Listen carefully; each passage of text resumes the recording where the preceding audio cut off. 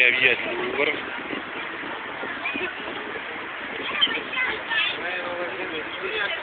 Co pak? Chci rozcvít, máš to mít jako. No vím, jaké to je, mě nohy se klepou vždycky, jo, ale... Už než brčko krají. Co? Ještě by se dalo i výš.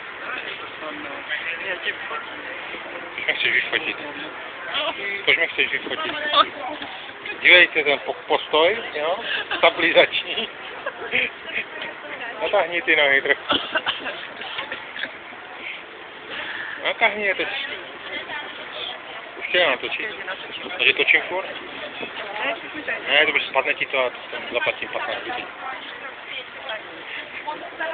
Ale když budeš opatrný.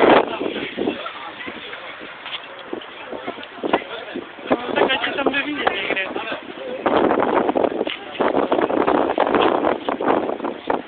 Ještě obličej, zelený, nic, dobrý.